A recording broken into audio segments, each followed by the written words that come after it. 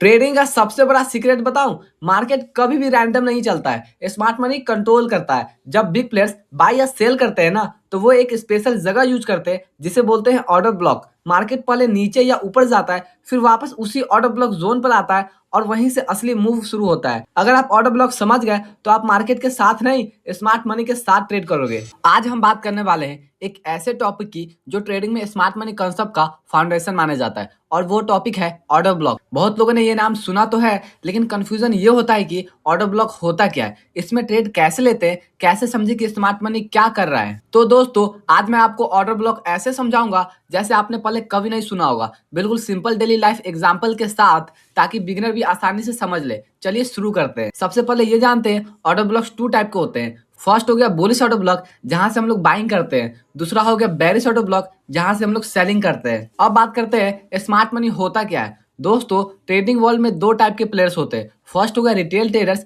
जैसे हम और आप। दूसरा हो गया स्मार्ट मनी, जैसे कि banks, hedge funds, big institutions. Retail traders छोटा कैपिटल लगाते हैं, लेकिन स्मार्ट मनी करोड़ों बिलियंस लगाते हैं। इतना बड़ा पैसा एक ही प्राइस पे बाय या सेल नहीं हो सकता है। उन्हें हमेशा एक स्पेशल जगह चाहिए होता है जहां वो लिक्विडिटी मिले, यानी वो जगह जहां अपने ऑर्डर्स क्रिएट करते हैं, और उन्हीं जोन्स को हम बोलते हैं ऑर्डर ब्लॉक। अब बात करते हैं ऑर्डर ब्लॉक होता क्या है। अब ऑर्डर ब्लॉक एक स्टोरी के थ्रू समझिए। मान लीजिए मार्केट नीचे गिर रहा था, अचानक एक जगह पर एक स्ट्रॉन्ग ग्रीन कैंडल बना और उसके बाद मार्केट तेजी से ऊपर चला गया। आप सोचो, अचानक इतना बड़ा मूव ऊपर कैसे गया? क्योंकि स्मार्ट मनी ने वहां पर बहुत सारे बाय ऑर्डर्स डाले थे। उनके ऑर्डर्स पूरे होने के बाद मार्केट ऊपर चला गया। इसका जो लास्ट रेड कैंडल है ना, उसे हम लोग बुलिश ऑर्डर ब्लॉक कहते हैं, जहां से हम लोग बाइंग करते हैं। और अगर मार्केट ऊपर जा रहा हो और अचानक से एक जगह से बहुत तेजी से नीचे आ जाए, तो समझ जाओ स्मार्ट मनी ने वहां पे सेल किया है। वहां की जो लास्ट ग्रीन कैंडल होती है ना,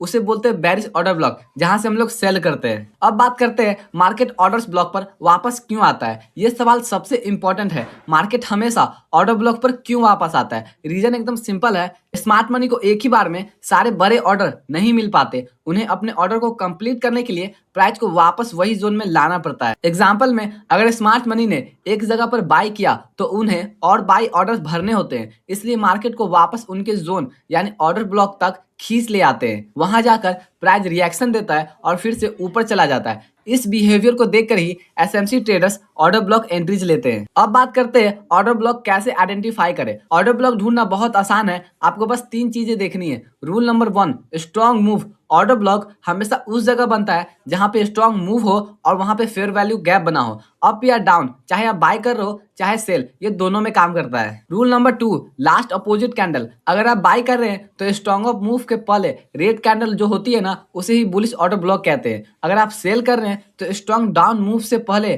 की लास्ट जो ग्रीन कैंडल बनती है ना, उसे बेरिश ऑर्डर ब्लॉक कहते हैं, जहां पर फेयर वैल्यू गैप होना बहुत ज्यादा जरूरी है। अब बात करते हैं रूल नंबर 3 का, ब्रेक ऑफ स्ट्रक्चर। अगर मार्केट ने स्ट्रॉन्ग मूव के बाद प्रीवियस हाई या लो को तोड़ दिया तो ऑर्डर ब्लॉक स्ट्रॉन्ग माना जाता है। एग्जांपल में, मार्केट ऊपर जा रहा था, लास्ट हाई ब्रेक किया, बुलिश ऑर्डर ब्लॉक कंफर्म हो जाता है। अगर मार्केट नीचे गया, लास्ट लो ब्रेक किया, तो समझो कि बेरिश ऑर्डर ब्लॉक कंफर्म हो जाता है। ये 3 सिंपल रूल से आप 90% ऑर्डर्स ब्लॉक आइडेंटिफाई कर सकते हैं। अब बात करते हैं प्रैक्टिकल ट्रेडिंग की। आप एंट्री कैसे लोगे? ऑर्डर ब्लॉक का काम सिर्फ जोन दिखाना नहीं होता है, बल्कि एंट्री दिखाना होता है। आपको एंट्री लेने के लिए 3 स्टेप फॉलो करने होंगे। स्टेप 1, ऑर्डर ब्लॉक मार्क करो। अगर आप बाइंग कर रहे हैं तो बुलिश ऑर्डर ब्लॉक मार्क करो। अगर आप सेल कर रहे हैं तो बेरिश ऑर्डर ब्लॉक मार्क करो। अब बात करते हैं स्टेप 2 का, wait for price to return. Price वापस ऑर्डर ब्लॉक जोन पर आता है, आपको पेशेंस रखना है। अब बात करते हैं स्टेप 3 का, कंफर्मेशन एंट्री। जैसे ही प्राइस ऑर्डर ब्लॉक को रिस्पेक्ट करे, वहां पर बनने चाहिए पिन बार या rejection wick, break of structure होना चाहिए